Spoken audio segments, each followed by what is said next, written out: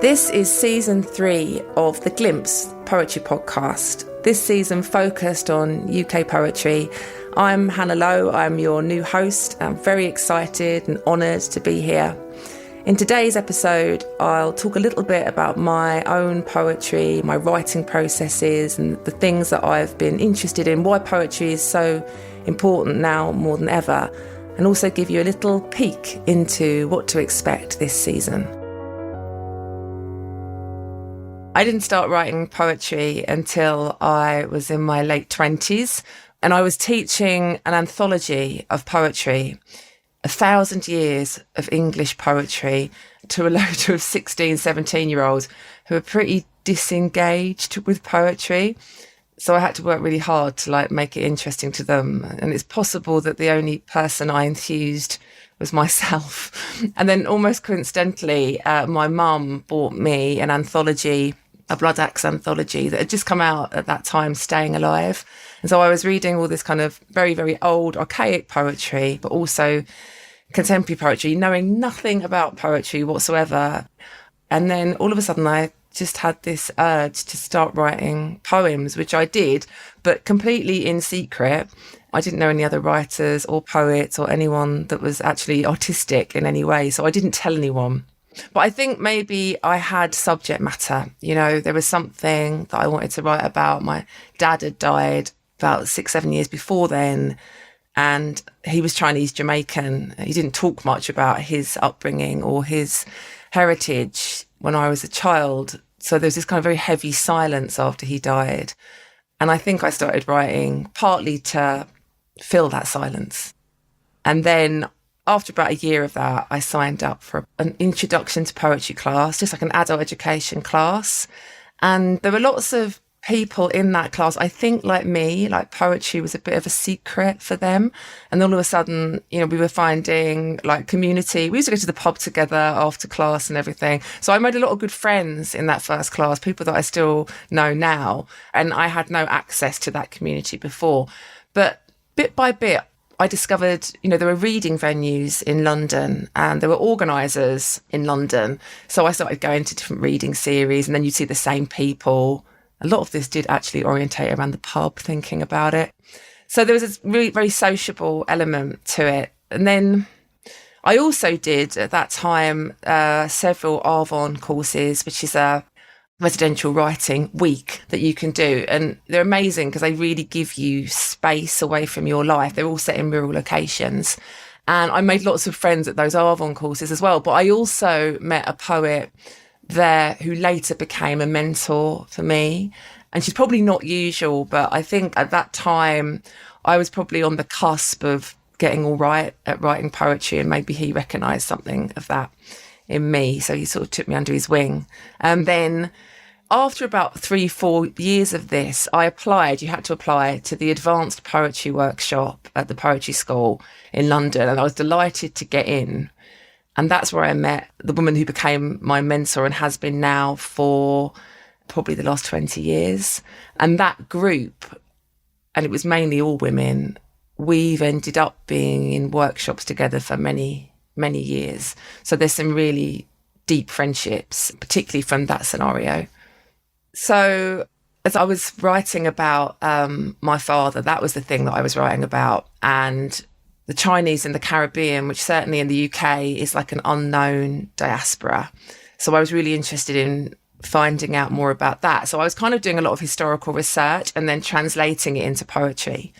And then I did a PhD in creative writing, which definitely was based on archives, particularly around post-war migration from the Caribbean to Britain. I ended up writing 4 books that were in one way or another linked to my father's life.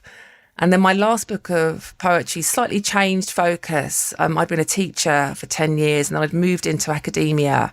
But they're actually quite different. The academic world is quite different. What you learn at 16 to 19 and then moving to university are very different experiences. And I became quite nostalgic for my time as a teacher. So I began to sketch out some sonnets that were really about the act of teaching, classroom encounters, the students that I taught.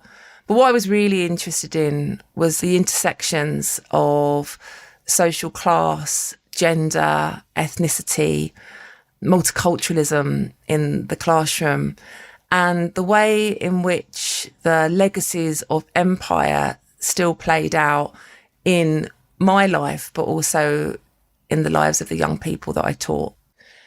But the story of the Chinese in the Caribbean is never far from my mind. And so it's not really been a surprise to me that that stone still feels like it hasn't been fully turned.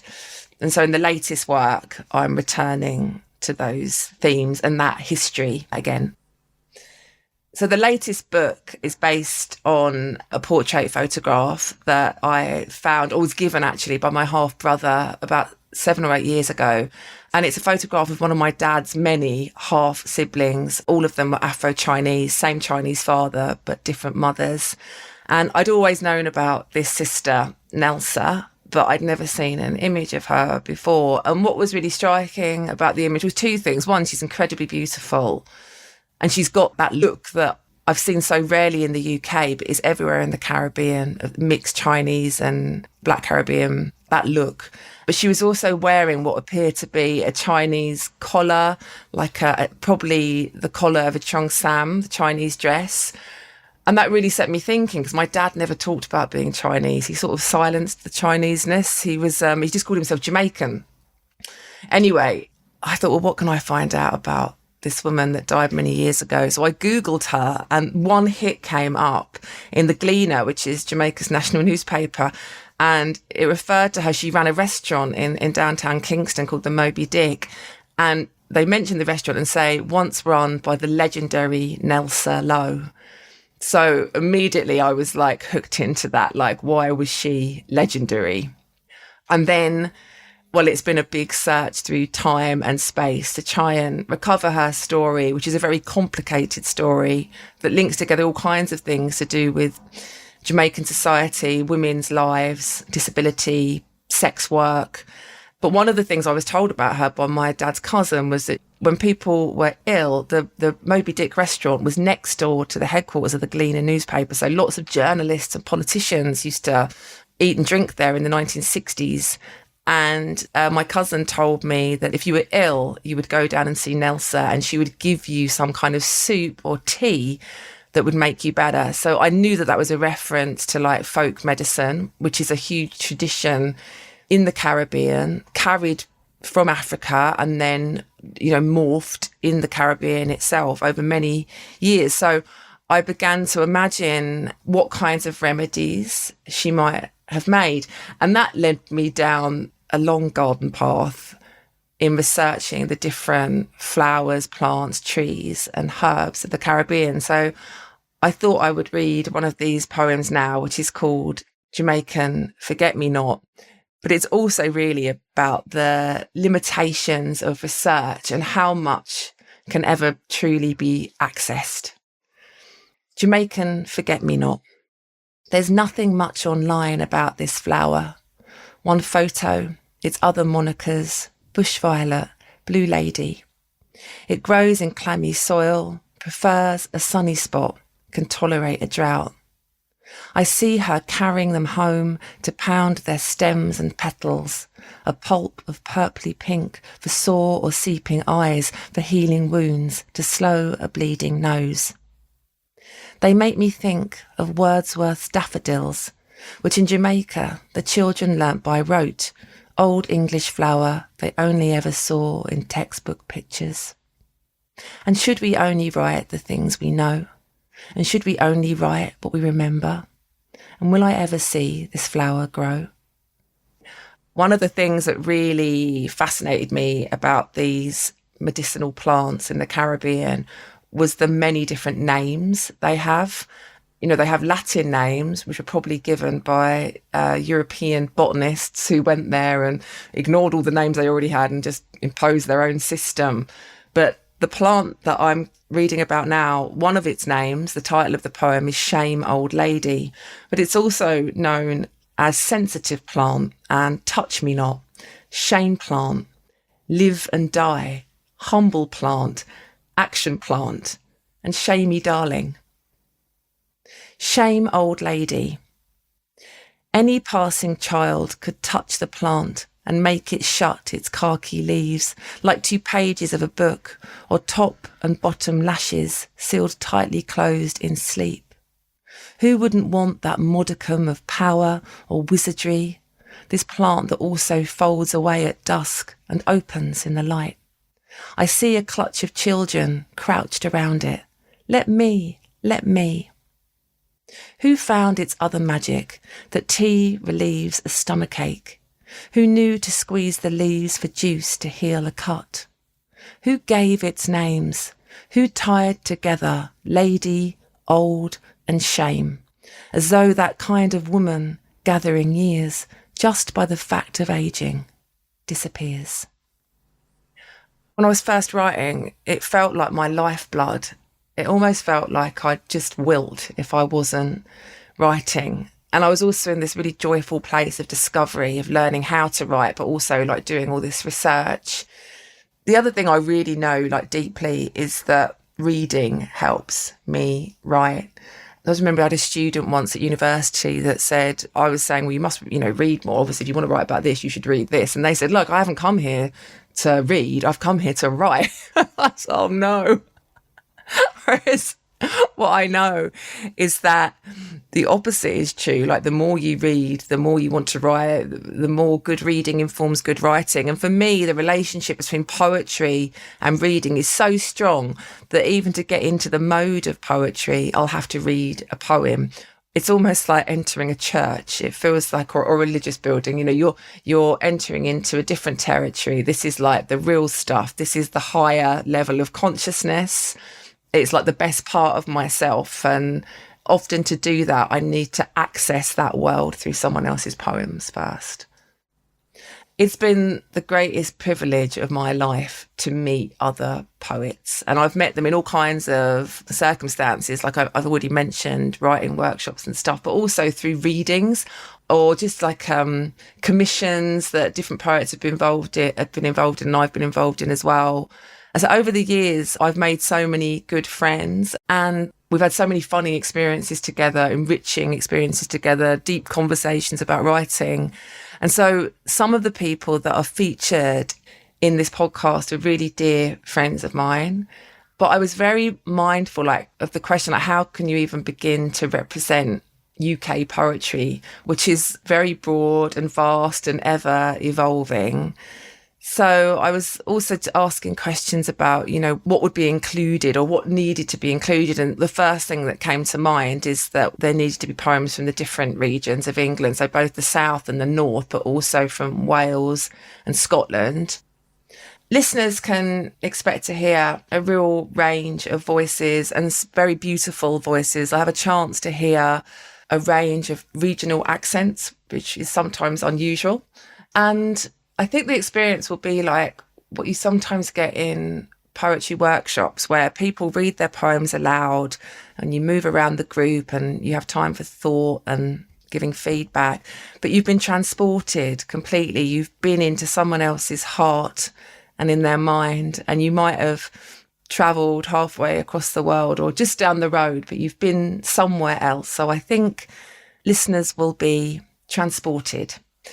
And thinking about ideas of lineage and mentoring, it was also important to me to include older poets who I've either been in direct conversation with and guided by in person or through their writing. And I think the selection of poets in this season also represent lots of other factors in terms of UK society, but also sexuality, also different histories of diaspora and migration, and social class as well, which is always a big thing here in the UK. I subscribe to Percy Shelley's claim that poets are the unacknowledged legislators of the world. And in times of such political and social chaos, I think it's almost the poet's duty to speak. And poems don't have to be overtly political, although they can be, and thank God for those poems. But they can also speak to all kinds of facets of our imagination. And I think where things are becoming increasingly polarised, like certainly in this country, but also globally, poetry taps into empathy. It creates an empathetic response. And when people can't see their way through or past dogma and political ideology and propaganda, they might find their souls and their hearts touched by poems and maybe able to see things from a different perspective through a poem. And they might find themselves intellectually engaged. You know, one of the reasons I love the sonnet, which is one of the forms I've written in, is because it's rhetorical. It poses a problem in the first part and in the second part, it often provides some kind of answer. Well, I'm not saying that poets have got all the answers, but they are vehicles in which to explore our contemporary lives. We're all born creative. As children, we're all creative. We love to play and nursery rhymes and make up rhymes, sing, dance, and we're kind of educated out of it. That's just part of the system. But it's good for us as humans to come back to creativity. It's a balm for the soul and the mind. So there are the poems that need to be written, that are the political poems, however they're doing it. But there's also just the act of making, which is deeply humane and connects us to each other. Well, I'm a big lover of poetry podcasts. I've listened to them for many years, and I find, you know, these sort of short podcasts that give you an insight just into the world of a poem can be so powerful. They feel a little bit like prayer to me. So this podcast is called The Glimpse, and, you know, in a way, the title gives it away. It's a glimpse into a poet's life, the way they work and think, and they'll be sharing one of their own poems, but they'll also be sharing a poem that has really influenced them. So the idea, I think, of lineage will be really embedded into the podcast. And there'll be an opportunity to hear poems read, which I think is so important. You know, poetry began as an oral form, and it's really wonderful to be able to hear poems spoken aloud.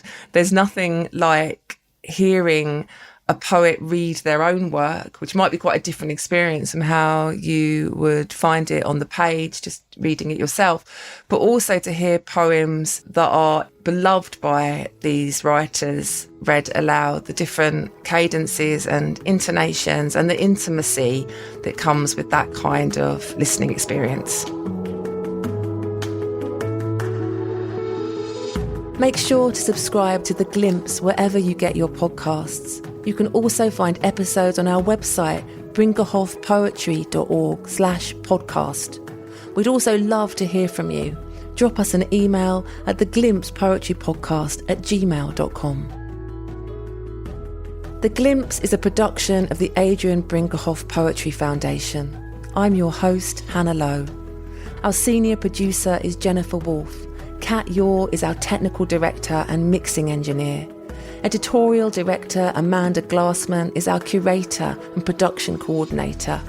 Amy Holmes is the Foundation's executive director, and our co-founders are Kathy and Peter Halstead. Thanks for listening.